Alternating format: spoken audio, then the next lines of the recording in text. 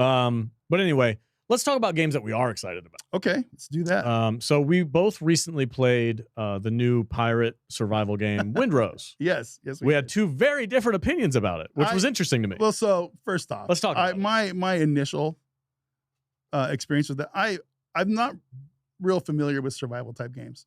Okay, so I didn't really know what I was doing. And secondly, I was in a really weird state of mind that day. I was just kind of cranky. You're in a pissy mood. I was in a pissy mood. So my initial experience with this game was not great. It's like, oh god, I got to go around and get 500 pieces of string and 600 pieces of wood, and I didn't know how to build stuff. I've never really played survival type games before. It's like, what do I do with this grass mat thing? Oh, you make walls out of it. Oh shit. Yeah. But then, so I was kind of like, you were pissy on it. I didn't hate it, but it was just like, okay, I thought this was a pirate game, not build a hut on a beach game. You got to get there. I understand.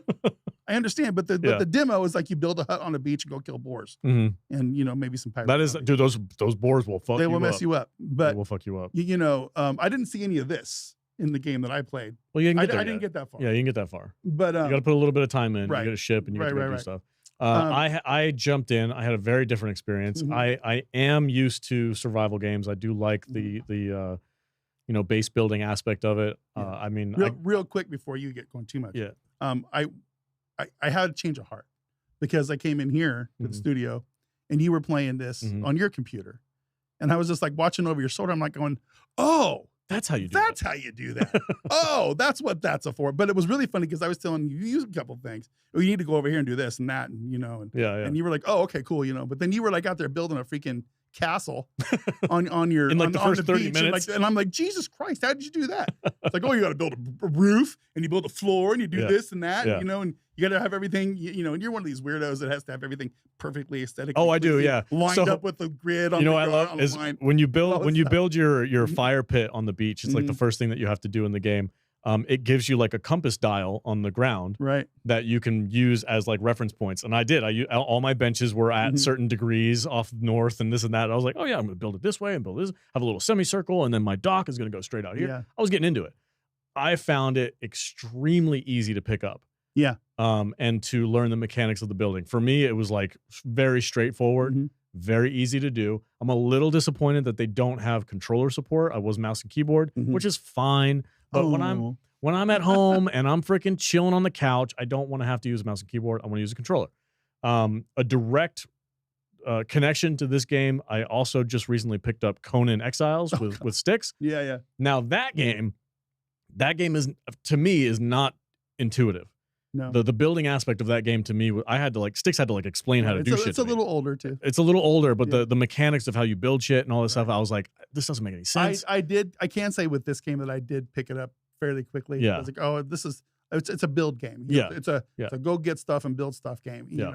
And the story will evolve as you go. Yeah. So I'm 100%. I'm gonna grab this game and pick it up when it comes out. I think I am too, and I don't think it'll be a really high price point. This is another one of those smaller studio games. Yep. And I think it's. But visually, that's like the future right now. It's like all these small studios are absolutely. Well, it's amazing what you can do. Crushing. You can do crazy things with technology nowadays that doesn't cost an arm and leg anymore. Yeah. And if you have a small development team that you don't have to pay $4 million a year out in fucking salaries, then you can make a cool game that costs $40. Right. So I'm super happy with it. I had a great time. I'm gonna dive back into it. I want to play the demo more because I want to get to the point where I get to build a ship because I'm super excited about that. But the ship mechanics, it looks like to me, is very like Black Flag, Assassin's Creed. Right. Assassin's Creed, which had amazing time spent on the ocean, whale hunting and doing all kinds of cool stuff. So I'm all for it. What's up? What I had fun with this game, and you as Arc Raider players, you're gonna laugh at this, but I really like the character creation screen. It wasn't super fancy. It wasn't overdone, but it was just enough with the sliders and everything to make it so you could like customize your character to the point where you could be sort of happy with it. Yeah. For a demo, that's pretty cool. It was really cool. Yeah. And I'm like, why can't Arc Raiders put sliders on their character creation? It's like, Jesus. I really want them to get away from their Antifa creation character screen. They don't. But so when I play the demo for this game, and it was like 100% more intuitive and fun than that game that we're playing. I was like, what is going on? But yeah, this was good. I had a good time with this. This is a game that I can 100% see me and a couple buddies jumping in and going and having some fun. Yeah, we're going to just fuck off and like, hey, let's jump on the ship and go fucking let's go to this next island and go fucking get some booty. And there's zombies. Yeah, dude. Every time I play a game, I'm like, man, I really wish there were zombies in this game. There's zombies in this game. There's like this weird lore to it. Zombies in every game. It's great. There's some magic in this game. Yeah, there's a little bit of pirate magic going on in this game. I cannot wait to grab a bottle of rum and go fucking sail the 7 seas and be a Pirates of the Caribbean. Yo ho, yo ho, yo ho, yo ho, baby. Let's go. I did not mean to do that. You rhymed. Yo ho, yo ho, let's go, so baby. What's this other game we're looking forward to? Crimson Desert. Crimson Desert. Crimson, yes. Crimson, whatever. Crimson. Say it. Crimson. I'm not saying it, man. Come on. If you make fun of me, Cinnamon Desert. If I can't say Porkajol, you can figure Crimson. It's not a Z, brother. Whatever, man. This game looks like it is legitimately going to be the next big thing on the open world RPG. Now be careful. Be careful of the hype. The hype is real. The hype is there. The hype is there. Now, there's some concerns. There's some red flags. But the development team, as far as I know, I've watched a couple interviews with them. They seem to be pretty transparent about things. They seem to be aware of what players want, what players don't want. They've come out right. Now, this is an expensive game. It's a $70 game. It's a $70 game. Which is I'm already going. There's already a freaking, hold on a minute. Maybe we'll wait till the Steam sale comes out. You know what I mean? But they've explained it as like, look, this is a premium one-time purchase game. We're not going to have any microtransactions. We may have some DLC come out in the future, but this is a full-fledged start to finish game. You buy it once and you have access to the entire thing, and you can play it as you will. So they're looking at it as a premium product, not necessarily something that they're like early access they're going to build upon. It's not a half-done game. They're selling it as this is 100% complete upon release. It almost seems too ambitious. It does. It does seem very ambitious. I'm intrigued. Okay, I'm not going to lie. I am very intrigued.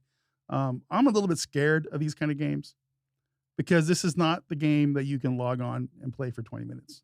No. 45 minutes an hour. This is, you're going to spend some time. You know, this is a game that you'd get on and you spend, you know, a 6-8 hour game session playing probably. Yeah. And some, or longer for some of these animals that we know that we play around with. You know, this is a game that has the potential for creating some divorces out there. You know, it really does. You don't spend time with me anymore. Oh, you just play a stupid game. It's like, well, you know, it's more interesting than you.